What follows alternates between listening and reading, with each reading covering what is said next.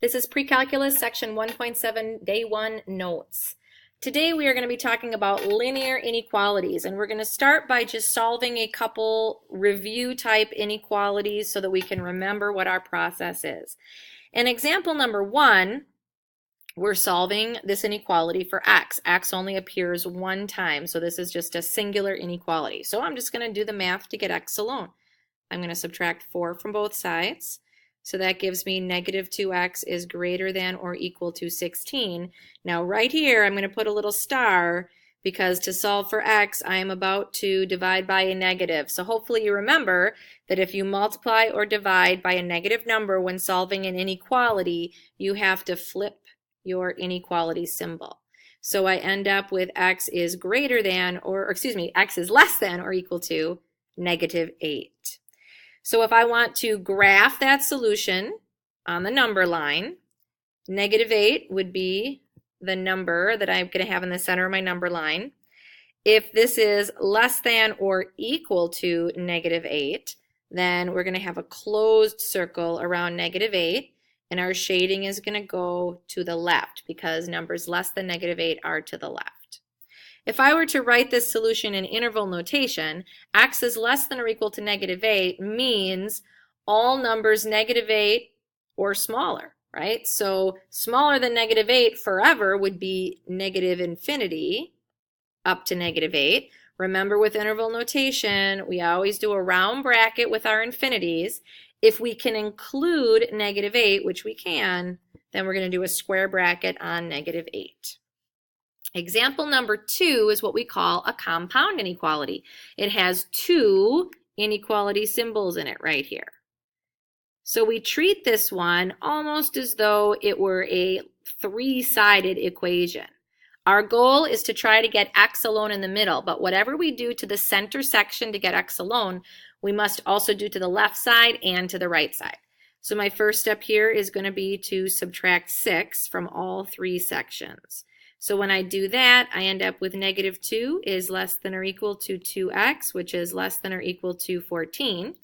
And then my last step is going to be to divide by 2 to solve for x. So when I do that, I end up with negative 1 is less than or equal to x, which, oops, I apologize. This was just supposed to be a less than, not a less than or equal to right here, which is less than 7. Okay, so when I graph this now, I need two numbers on my number line because x is sandwiched between negative 1 and positive 7. So here's negative 1 on the left, here's positive 7 on the right. Negative 1 is included, but positive 7 is not. So we're going to have a closed circle on negative 1 and an open circle on positive 7. And then we're going to have our shading in between. As an interval, it's going to be negative 1, comma 7. We're including negative 1, so that will be a square bracket. We are not including 7, so that will be a round bracket. Now we're going to talk about something new. This is solving quadratic inequalities, and there are considerably more steps in this process. So I think the best way is just to go through an example slowly and carefully here and talk each step out. So our example says, solve the nonlinear inequality and express your answer in interval notation and graph the solution set. So notice in example 1 here, we've got x squared minus 2x minus 24 is greater than or equal to 0. Step 1 says, find the critical values by solving the equation related to the inequality.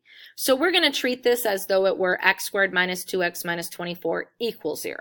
If we wanted to solve that, we would hopefully solve it by factoring. We'd be looking for a pair of numbers that multiplies to make negative 24 and adds to make negative 2. That's going to be negative 6 and positive 4. So our first step is going to be to do this.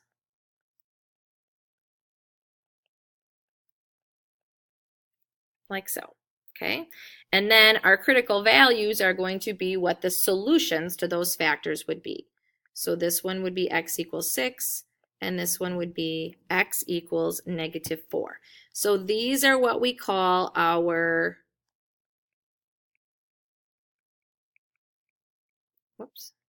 critical values, or our CVs. Okay, 6 and -4 are our CVs.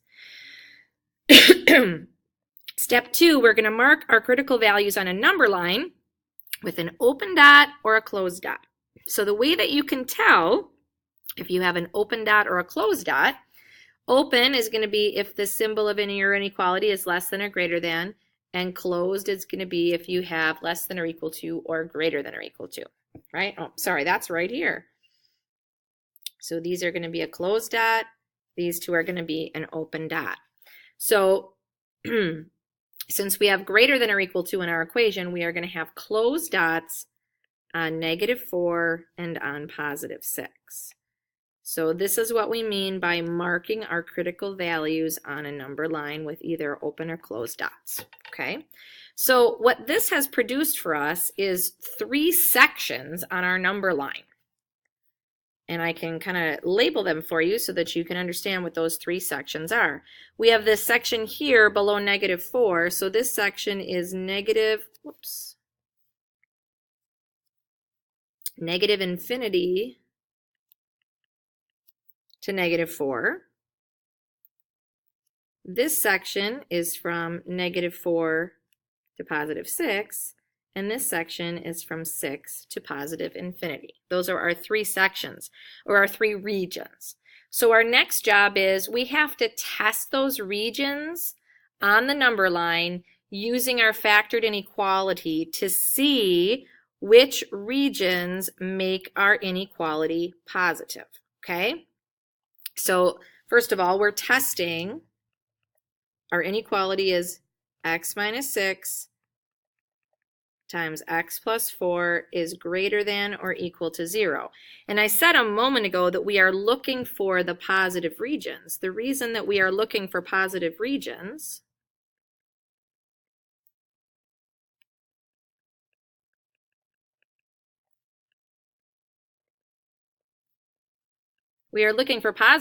because our equation is greater than or equal to 0.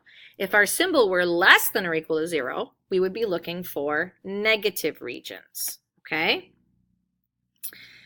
So what we need to do now is just pick a number, any number that lives in each region. And I like to keep this simple, okay? So let's start with the region on the left here, the one that is -infinity to -4. We need to pick any value that lives in that region. How about -5? Okay, I'm just going to pick an easy one. Then we need to pick a value that lives between -4 and +6. How about 0? That's an easy one to plug in. And then we need to pick a value that lives between 6 and infinity. How about 7? Okay. So now that I've got these values that I'm going to test, I'm going to plug them into the inequality for x, and I'm going to see if they make my inequality positive or negative, okay? So for the first one, remember I'm plugging them into, x minus 6 times x plus 4. That's what I'm plugging them into. So -5 minus 6 times -5 plus 4. -5 minus 6 is -11. -5 plus 4 is -1. -11 times -1 gives me a positive. Right? I don't really care what the number is. I just care if it's positive or negative. And my result will be positive. Okay? So then the next one, I'm going to test x equals 0. And I'm going to do it exactly the same way. I'm going to start by plugging it into my inequality in factored form. And I'm going to see if it makes my inequality positive or negative. So when I plug in 0, I get 0 minus 6 times 0 plus 4. So 0 minus 6 is -6. 0 plus 4 is 4. -6 times 4, that's going to give me a negative result. Okay, so that is not a solution region because I only want the regions that are positive. Last section I have to test is my furthest right section. I'm going to test x equals 7 in the x minus 6, x plus 4 inequality. So 7 minus 6 times 7 plus 4. So that's a positive 1 times a positive 11, which gives me a positive result. Okay, So what I just learned is that my solution regions are the region below -4 and the region above +6. So let's go ahead and graph that. -4 and +6, we know these are closed circles. We know that from the beginning of the problem. That never changes. And we know that this down here is a solution region and that this up here is a solution region. So our final answer is going to be the union of those two regions written in interval notation. So my lower region is from -infinity to 4. And again, here I'm going to use my square bracket because 4 is included. Union, and then square bracket 6, comma, infinity. And that's going to be my solution.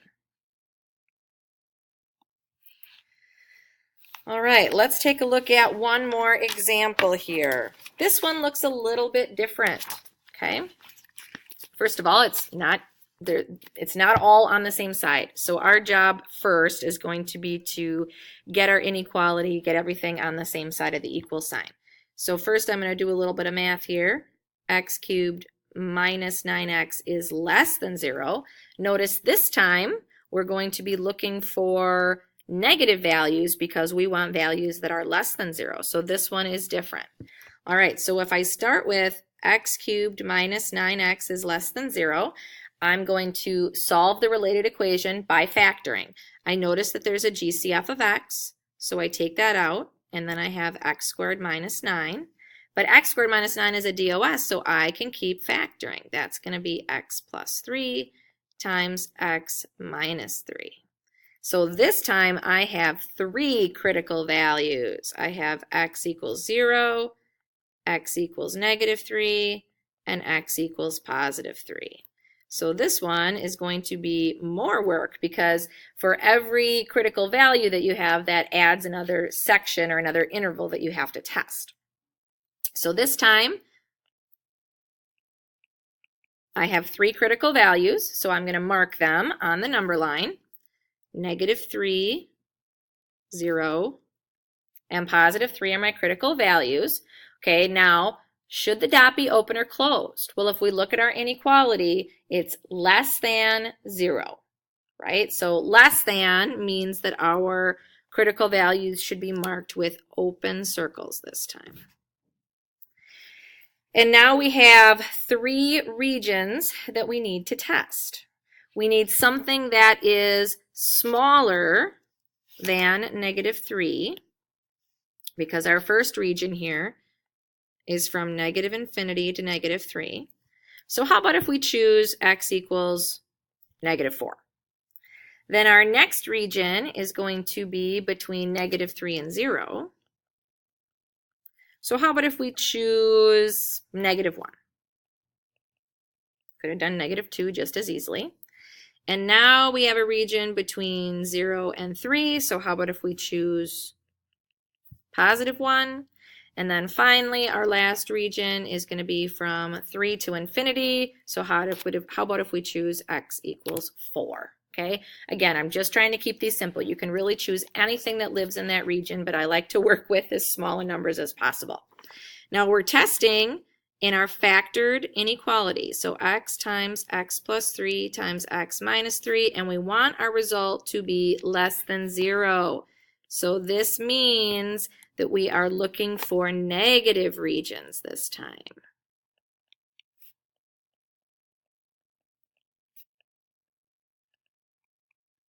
Okay, so we're going to do our testing.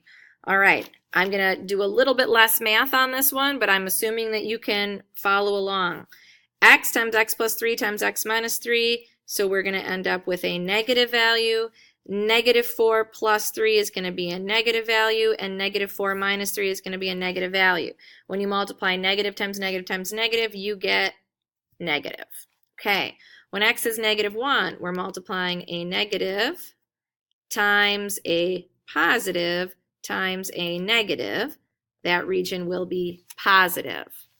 Next one, we're multiplying a positive times a positive times a negative. That region will be negative. And the last one, we're multiplying a positive times a positive, which will